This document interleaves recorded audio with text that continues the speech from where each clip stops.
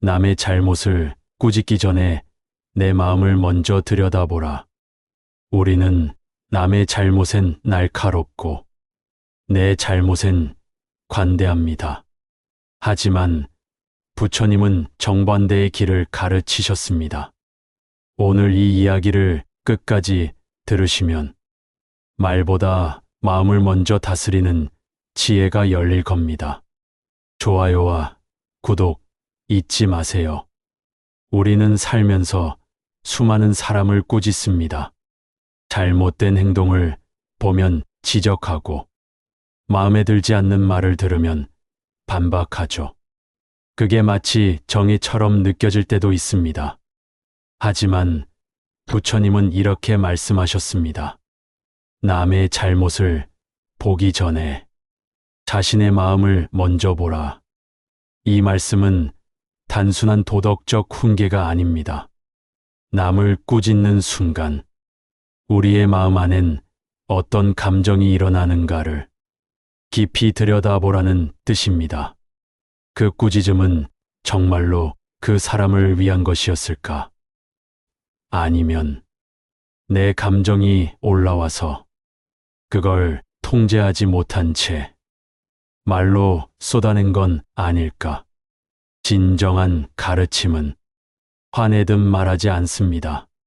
진짜 깨달음은 말보다 마음의 온도로 전달됩니다. 부처님은 화가 일어난 순간 말하지 말라고 하셨습니다. 왜냐면 그 말은 상대의 잘못을 고치는 게 아니라 나의 업을 만드는 말이 되기 때문입니다. 많은 사람들이 내가 옳은 말을 했기 때문에 괜찮다고 생각합니다. 하지만 그 말이 상대를 찌르고 관계를 끊고 상처를 남겼다면 그건 진리가 아니라 칼이었습니다. 내가 맞다는 확신은 때때로 교만이라는 이름으로 바뀝니다. 그리고 교만은 꾸짖음의 껍데기를 쓰고 비난이라는 도구로 작동하죠. 남을 지적하기 전 그 지적을 하게 된 내 감정의 뿌리를 보는 것. 그게 바로 수행이고 마음 공부입니다. 부처님은 꾸짖기 전에 항상 침묵하셨습니다. 그 침묵은 비겁함이 아니라 지혜의 시작이었습니다. 남의 잘못이 보인다는 건 내 안에도 그 기준이 있기 때문입니다. 같은 행동을 보고도 누군가는 그냥 지나치고 누군가는 견디지 못합니다. 왜일까요? 그건 내 안에 있는 잣대가 그 장면을 흔들어 깨웠기 때문입니다. 부처님은 말씀하셨습니다. 타인을 판단하는 자는 자신을 보지 못하는 자다. 그 말은 남을 탓하는 순간 우리는 스스로를 놓치고 있다는 뜻입니다. 내가 그를 꾸짖는 그 자리에서 사실은 내 마음의 상처나 내 과거의 미련 혹은 내 억눌린 분노가 그를 통해 튀어나오는 건 아닐까? 남을 꾸짖기 전에 그 말이 어디서 출발한 것인지 그 시작점을 반드시 들여다봐야 합니다. 진짜 지혜로운 사람은 말로 꾸짖지 않고 마음으로 깨닫게 합니다.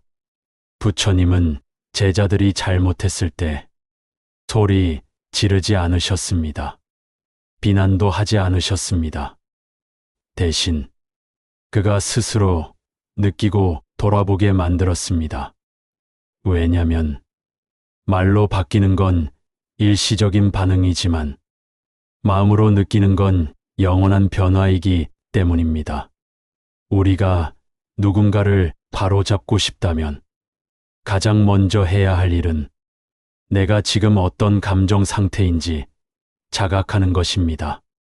분노인지, 자책인지, 교만인지, 그걸 먼저 분별하지 못한 채 무엇을 말하든 그건 상대에게는 전달되지 않고 나에게는 업으로 돌아옵니다. 말의 앞에 마음이 먼저 있어야 그 말은 수행이 됩니다. 사람을 꾸짖고 나서 마음이 불편하다면 그건 이미 내 감정이 앞섰다는 증거입니다. 진정으로 올바름을 말했다면 마음이 고요해야 합니다. 말을 꺼낸 뒤에도 흔들림 없이 그 말을 책임질 수 있어야 하죠. 하지만 우리가 누군가를 꾸짖고 나서 후회하거나 불편하거나 상대가 나를 미워할까 걱정한다면 그건 그 말에 감정이 섞여 있었다는 뜻입니다. 부처님은 화를 내는 것도 업이고 화를 내지 않고 화를 품는 것도 업이라 하셨습니다. 말로 꾸짖지 않았더라도 속으로 수백 번 상대를 비난했다면 그것도 똑같이 내 마음을 어지럽히는 독입니다. 말은 멈출 수 있어도 마음까지 멈추려면 꾸짖기 전에 나부터 내려놓는 연습이 필요합니다. 우리가 누군가를 꾸짖는 그 순간 사실은 내가 옳다는 마음에 기대고 있습니다. 그리고 그 마음은 상대를 위한 게 아니라 나 자신의 우위를 지키기 위한 경우가 많습니다. 부처님은 이런 마음을 아상이라 말씀하셨습니다. 나라는 자아에 대한 집착, 그 아상이 강해질수록 남을 가르치려 하고 남의 잘못을 판단하려 하게 됩니다. 문제는 내가 옳다고 믿는 그 순간 이미 상대의 마음을 닫게 만든다는 것입니다. 아무리 좋은 말도 상대가 마음의 문을 닫았다면 그건 더 이상 지혜가 아니라 공격이 됩니다. 남의 잘못을 말하기 전에 내 마음에 서 있는 감정을 먼저 내려놓아야 그 말이 비로소 상대를 위한 등불이 될 수 있습니다. 꾸짖기보다 먼저 스스로를 살피는 것이 부처님이 말씀하신 진짜 자비의 첫걸음입니다. 우리는 자주 그 사람을 위해서 하는 말이야 라고 말합니다. 하지만 그 말의 뿌리를 따라가 보면 상대가 나처럼 되길 바라는 마음이 숨어 있죠. 그 사람을 위한 게 아니라 내 기준에 맞추려는 마음. 그게 꾸짖음의 본질이라면 그건 자비가 아니라 통제입니다. 부처님은 말씀하셨습니다. 타인을 교화하려거든 먼저 스스로를 교화하라. 말은 누구나 할 수 있습니다. 하지만 그 말이 설득력을 가지려면 그 말을 한 사람이 이미 그 삶을 살아가고 있어야 합니다.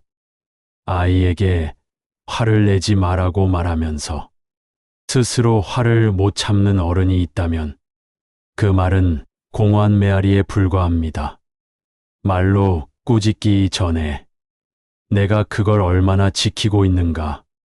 그게 진정한 가르침의 기준입니다. 부처님께서 남을 꾸짖을 때 그분의 마음 안에는 언제나 연민이 있었습니다. 왜 이 사람은 아직 이 길을 알지 못했을까?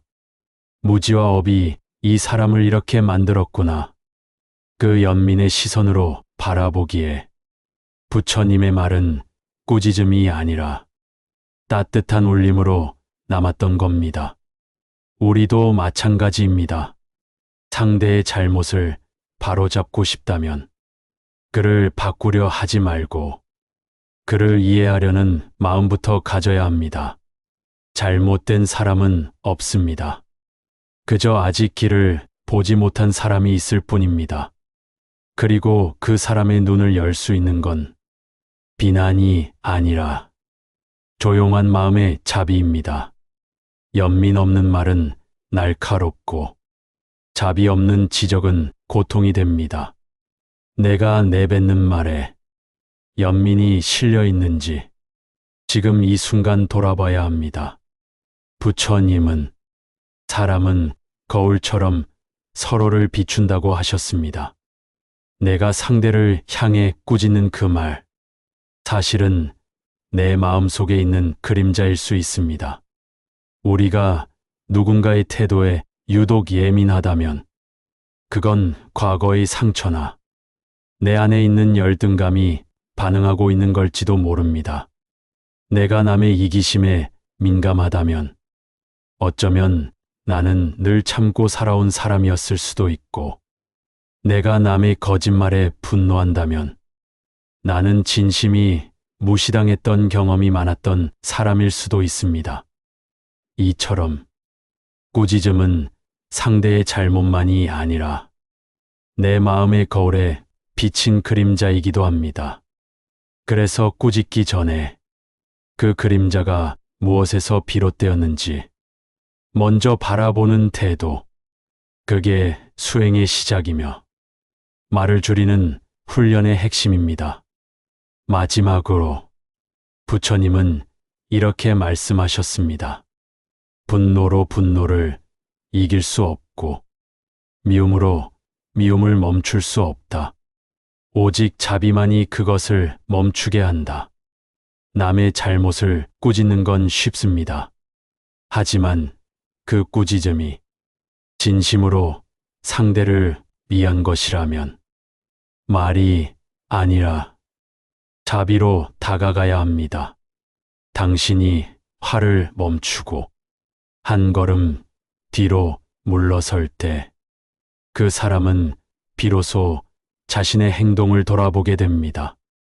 말보다 침묵이 강하고 비난보다 기다림이 더 깊은 감화를 줍니다. 남을 바꾸려 하지 말고 내 안의 조급함과 분노부터 놓는 연습. 그게 진짜 수행자의 길입니다. 말을 하기 전 당신의 마음을 먼저 들여다보세요. 그것이 진정한 지혜의 시작입니다. 남을 꾸짖기 전에 내 마음이 화로 가득 차 있었다면 그 말은 칼이 되고 맙니다. 부처님은 말보다 먼저 마음을 다스리라 하셨습니다. 지금 당신의 말은 자비로 움직이고 있습니까? 그 물음 앞에 우리는 오늘도 한 걸음 멈춰 서야 합니다. 좋아요와 구독, 지혜의 길을 함께 걷고 싶은 분은 지금 눌러주세요.